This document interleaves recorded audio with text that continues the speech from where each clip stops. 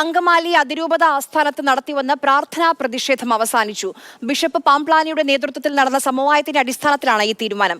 അടുത്ത ഘട്ട ചർച്ച ഈ മാസം 20-ന് നടക്കും. പുതിയ നീക്കങ്ങൾ പ്രതീക്ഷ നൽകുന്നതെന്ന വൈദികരുടെ പ്രതികരണം.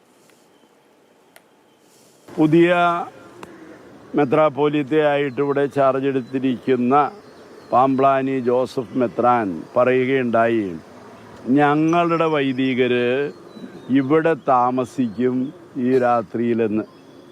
അദ്ദേഹം നമ്മുടെ വൈദികര്, ഞങ്ങളുടെ വൈദികര് എന്നുള്ള ഒരു വിശേഷണത്തിൽ ഞങ്ങളെ സ്വീകരിക്കാൻ തയ്യാറായത് വലിയൊരു കാര്യമാണ്. ഞങ്ങൾക്ക് വലിയൊരു പ്രതീക്ഷയുണ്ട്.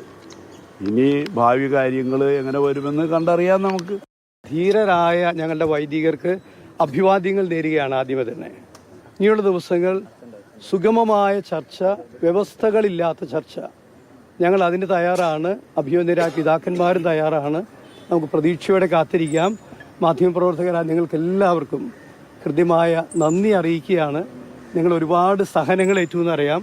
നിങ്ങൾക്ക് നന്ദിയുണ്ട്.